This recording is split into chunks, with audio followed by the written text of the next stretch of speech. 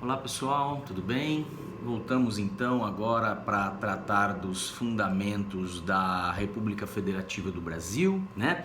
Dentro das nossas análises dos princípios constitucionais, estamos estudando os princípios fundamentais do Estado brasileiro e comentávamos até o vídeo passado, até a nossa aula anterior, a respeito dos princípios fundamentais extraídos do caput do artigo 1º, né, como o princípio federativo, o princípio republicano e o princípio democrático. Agora então, cumpre-nos analisar os demais princípios fundamentais que se encontram previstos nos incisos do artigo 1º, né? Então, nos termos da Constituição, menciona que a República Federativa, artigo 1º, né? A República Federativa do Brasil, formada pela união indissolúvel dos estados, dos municípios e do Distrito Federal, constitui-se Estado democrático de direito e tem como fundamentos, inciso 1, a soberania, inciso 2, a cidadania. Tá? Então, soberania, cidadania são fundamentos, são bases, são alicerces do nosso Estado, né? Assim como a soberania e a cidadania, o inciso 3 diz que também é fundamento do Estado brasileiro a dignidade da pessoa humana. E o inciso 4 menciona que é princípio fundamental, é fundamento do Estado brasileiro os valores sociais do trabalho e da livre iniciativa. E por fim, o inciso 5 menciona que também é fundamento, né, do Estado brasileiro o chamado pluralismo político, ok?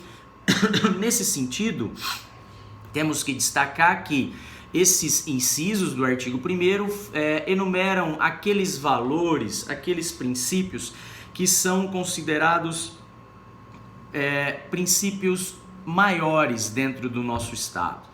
Né, princípios de grande importância, porque dão, na verdade, fundamentação, sustentação ao Estado brasileiro, ok?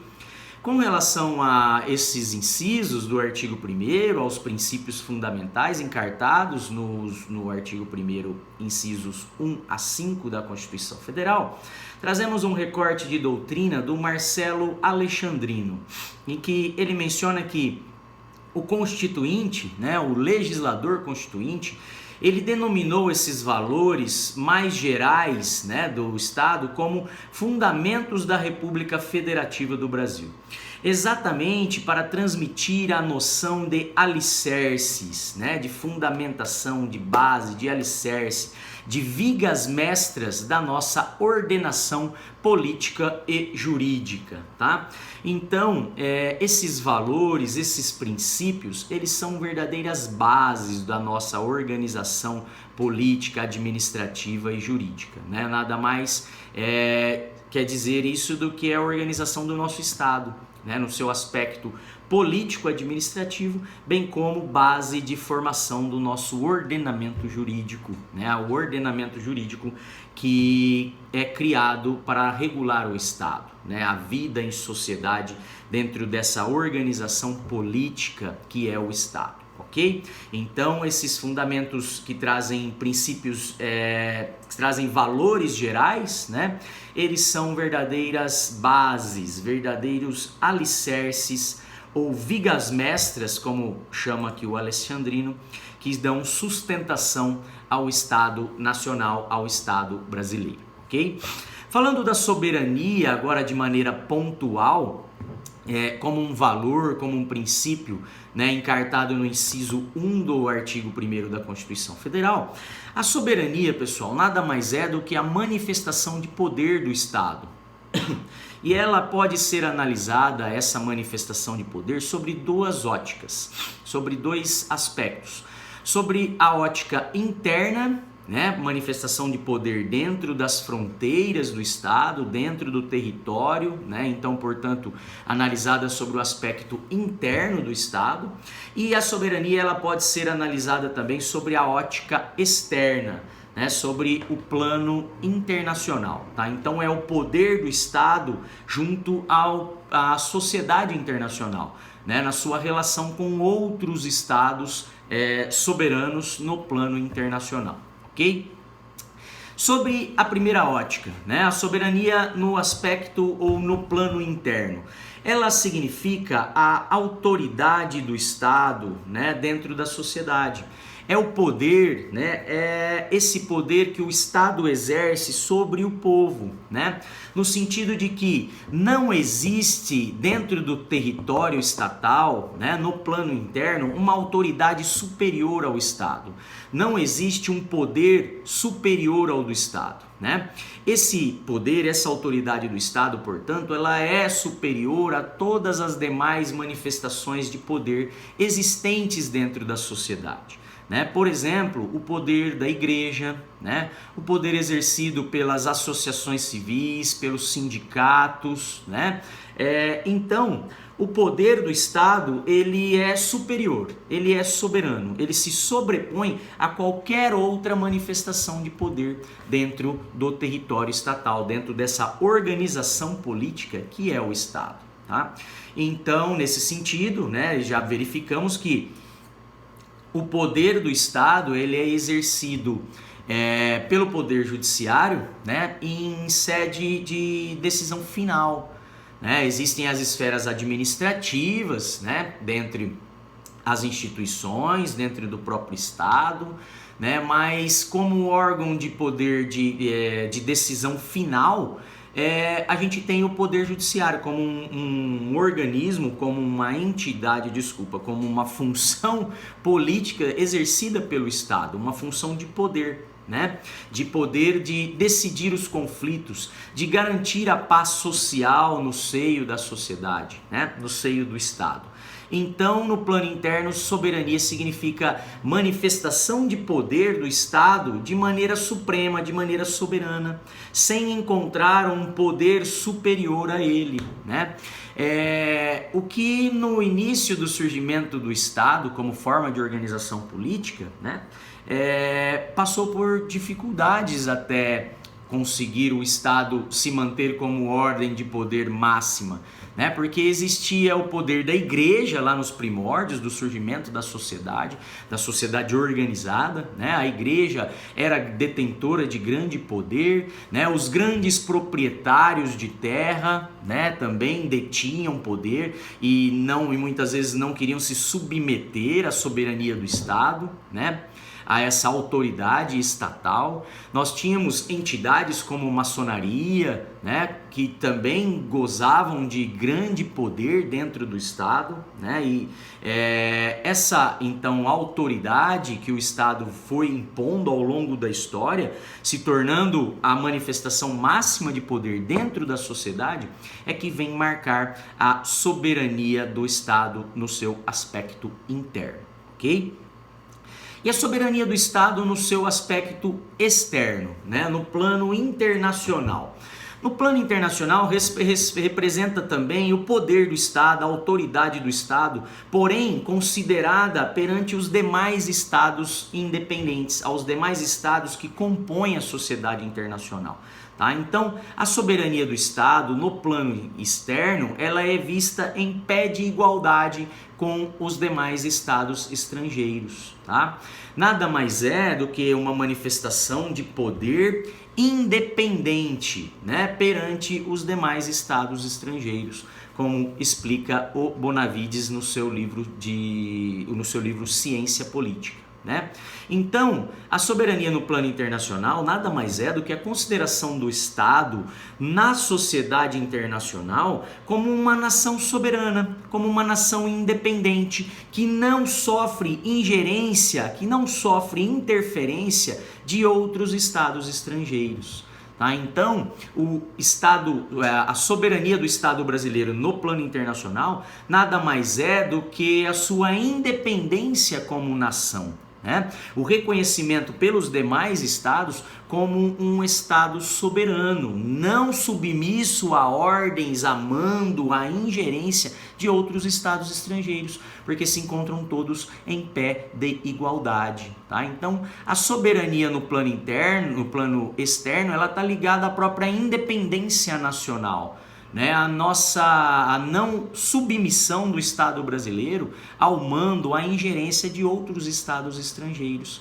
né? Porque nós temos aqui, nós mantemos a autoridade e nós detemos em pé de igualdade com os demais estados no plano internacional a nossa soberania, ok?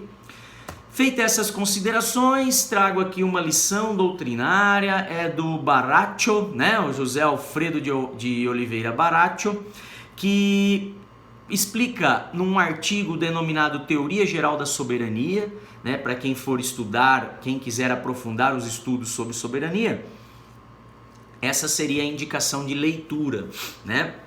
Um artigo elaborado já há bastante tempo, né? Um artigo, salvo engano, da década de 70, em que o autor ele se debruça a analisar a soberania nesses dois aspectos, interno e externo, fazendo lá, através de um estudo científico, né? Produzindo um artigo de maior volume, né? Então, quem se debruça a estudar soberania geralmente analisa ela de maneira mais breve, mas o Baraccio foi quem produziu um estudo científico mais aprofundado a respeito desse princípio fundamental no Estado brasileiro. E o Baraccio, ele nos diz que a soberania revela algo específico, um atributo, um predicado que acompanha e é uma característica dos estados, tá? A soberania dá ao Estado uma posição de supremacia, de ausência de poder superior, traz a noção de supremo domínio dentro da sociedade, seja sociedade interna ou sociedade internacional, tá? Diz ainda o autor que, sendo ela essencial ao fazer parte de sua definição, o Estado passa a ter uma força de caráter supremo que não admite força superior. Tá? Então, essa característica, né, da soberania. Apesar de controvérsias a respeito do tema, né, o entendimento que surge é de que a soberania ela decorre da não submissão a qualquer autoridade. Ou seja, a não submissão do Estado brasileiro a qualquer autoridade, seja na ordem interna ou seja na ordem internacional. Tá? Então, essa é a característica do princípio da soberania. A não submissão, né, do Estado brasileiro a qualquer outra ordem de poder no plano interno ou a qualquer outra ordem, manifestação de poder dos demais estados estrangeiros no plano internacional, ok? Beleza? Então, ser soberano traz essa característica, né? Estado soberano é estado que não se submete ao poder de ninguém, seja no âmbito interno ou seja no âmbito exterior. O Estado brasileiro ele tem como base, como valor base, como um valor que é alicerce, é fundamento do Estado, do nosso Estado nacional, a soberania, né? A autoridade do Estado brasileiro no plano interno e externo. Ok? Feitas essas considerações, trago uma jurisprudência ilustrativa, né? Um caso concreto que o STF analisou em 2009, que versava sobre a aplicação do princípio da soberania e tratava da questão do poder, da autoridade que o Estado brasileiro exerce sobre as terras indígenas, né? Diz aqui o trecho do julgado que foi colacionado para vocês aí, apenas para ilustrar, né, pessoal? Para trazer um exemplo aí de uma jurisprudência que aplicou num caso concreto o inciso 1 do artigo 1º da Constituição. Diz lá o julgado de relatoria do ministro Aires Brito. As terras indígenas versadas pela Constituição Federal de 88 fazem parte de um território estatal brasileiro sobre o qual incide com exclusividade o direito nacional. Tá? Então, o que está dizendo é que as terras indígenas fazem parte do território do Estado brasileiro e ali se incide as normas de direito nacional, né? Ali se aplica o ordenamento jurídico nacional. E como tudo mais que faz parte do domínio de qualquer das pessoas federadas brasileiras, são terras que se submetem unicamente ao primeiro dos princípios regentes das relações internacionais da República Federativa do Brasil. Qual seria a soberania ou a independência nacional? Artigo 1º, inciso 1 da Constituição Federal. Então, o que se discutia ali nesse processo era a ingerência de países, de outros países, de estados estrangeiros sobre terras indígenas localizadas dentro do território brasileiro, né? Então, diz o julgado, né, que como parte do território nacional, como faz parte do domínio de qualquer um dos entes da federação, né? Então, se mesmo faz parte do território federal, mas faz parte do território estatal, as reservas indígenas localizadas lá na Amazônia, localizadas no Mato Grosso, né? Então, por se situarem no território nacional e fazerem parte do domínio público nacional, essas terras se submetem ao princípio da soberania e da independência nacional nas relações internacionais da República Federativa do Brasil. Tá? Então aqui dentro do território, sobre as reservas indígenas, conforme deixa claro o ministro Aires Brito nesse trecho de julgado colacionado para vocês, não estamos submetidos à ingerência estrangeira. Aqui o princípio aplicado é de que somos uma nação independente e como nação independente impera a autoridade do Estado no território nacional e também no plano internacional, não admitindo ingerências, intervenções, né, dentro do nosso domínio, dentro do nosso território, inclusive sobre as terras indígenas, ok? Beleza? Volto no próximo vídeo para falar de outro princípio que é o da cidadania.